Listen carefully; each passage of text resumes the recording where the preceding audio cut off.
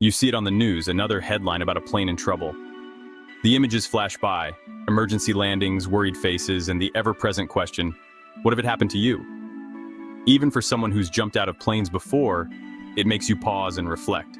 The thrill of skydiving is one thing, but the thought of an emergency at 35,000 feet is something else entirely.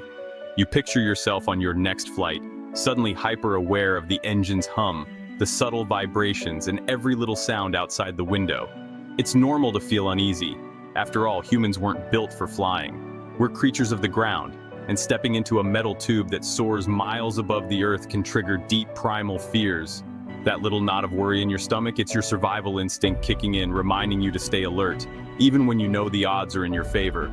We crave control, especially when we're powerless at 35,000 feet, trusting strangers at the controls. So your mind drifts, life jackets, oxygen masks, and then inevitably parachutes. You start to wonder about all the possible ways to escape if something goes wrong. Why not just have a parachute under every seat? It seems like such a simple solution, doesn't it? It feels like the ultimate backup plan. Pull the cord, float to safety, and land gently back on solid ground. The idea is about taking charge of your own survival, being ready for anything, and not leaving your fate entirely in someone else's hands. But reality is more complicated than it seems at first glance. Parachuting from a commercial airliner isn't as simple as it sounds. There are big questions, logistics, safety, and practicality all come into play. Why don't we have parachutes on planes? Is it just cost? Or is there more to the story? Is it really possible to jump out and survive? Or is that just a Hollywood fantasy? Let's dig into the facts before we start packing parachutes for our next trip. The truth might surprise you. Sometimes what feels right isn't what actually works in the real world, especially when it comes to aviation safety. So, what's really stopping us from parachuting out of a plane? Let's find out. Let's tackle the big idea, parachutes for everyone. It's a question that's crossed many minds. If something goes wrong up there, why not just hand out parachutes to all the passengers? Or, taking it a step further, what if we could attach one giant parachute to the entire plane? Sounds great in theory, right? If there's trouble, you'd just float down gently to safety, avoiding disaster. In fact, some small planes actually have whole aircraft parachutes called ballistic recovery systems. These systems have saved lives in light aircraft emergencies. But scaling that up for a jumbo jet, the physics just don't work in our favor. A parachute big enough for a 400-ton jet would need to be the size of several football fields, impossible to store, let alone deploy in an emergency. And the force of deploying such a massive parachute at 500 miles per hour would likely tear the plane apart before it could even slow down. So the idea of a giant parachute for the whole plane is out of the question. What about a parachute for every passenger? It seems like a simple solution at first glance. Imagine this: you board your flight, grab your parachute from the overhead bin, and get a quick safety demo from the crew. In an emergency, everyone calmly lines up, heads to the exit, and jumps out, parachute ready. But is it really that simple? There are a lot of hidden challenges. Let's look at what actually happens in a real emergency and why this idea isn't as practical as it sounds. The truth is, it's not as easy as Hollywood makes it look. There's a lot more to consider than just strapping on a parachute and jumping out. Here's why parachutes won't save you on a commercial flight, no matter how tempting the idea might seem. First, let's talk about altitude. Commercial jets soar at around 35,000 feet, a place where the air is thin, temperatures drop far below freezing, and there's almost no oxygen to breathe. If you tried to jump, you'd likely pass out from lack of oxygen before you even had a chance to use your parachute, making survival nearly impossible. Second, consider the speed. These planes cruise at over 500 miles per hour, much faster than any skydiver ever experiences. Jumping out at that speed would be like slamming into a solid wall of wind, causing severe injury or worse before you could even deploy your chute.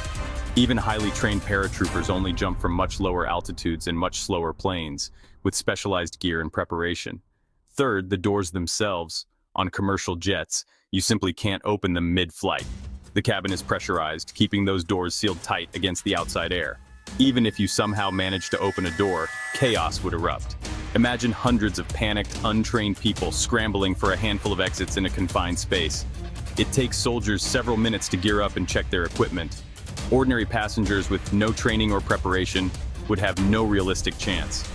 Parachutes in the cabin would only add confusion, panic, and a dangerous sense of false hope, rather than actually increasing anyone's chances of survival.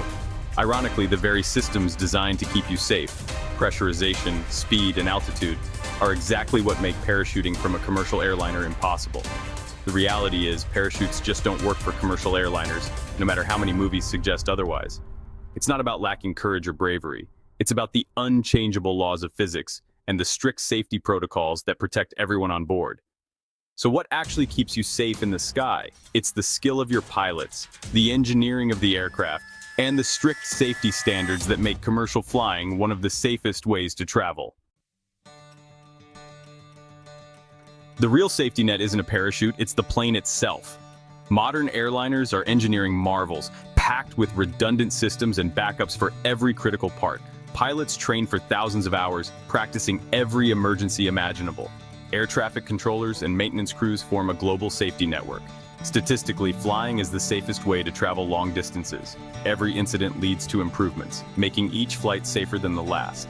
The life jackets and oxygen masks are for rare, specific emergencies. Your best survival tool is being in a machine designed not to fail. You can still take steps to make your flight safer. Pay attention to the safety briefing, even if you've heard it before. Know where your nearest exits are. Count the rows to them. In an emergency, you might need to find your way in the dark or smoke. Wear practical clothes and sturdy shoes, no flip-flops or high heels. Choose less flammable fabrics like cotton or wool. Always follow crew instructions. They're trained for your safety. Keep your seatbelt fastened whenever you're seated. Turbulence can happen anytime, and your seatbelt is your best defense. By staying alert and prepared, you become part of the safety system. Relax. Flying is incredibly safe. Trust the professionals and the technology. Just keep your wits about you, and you'll be ready for anything.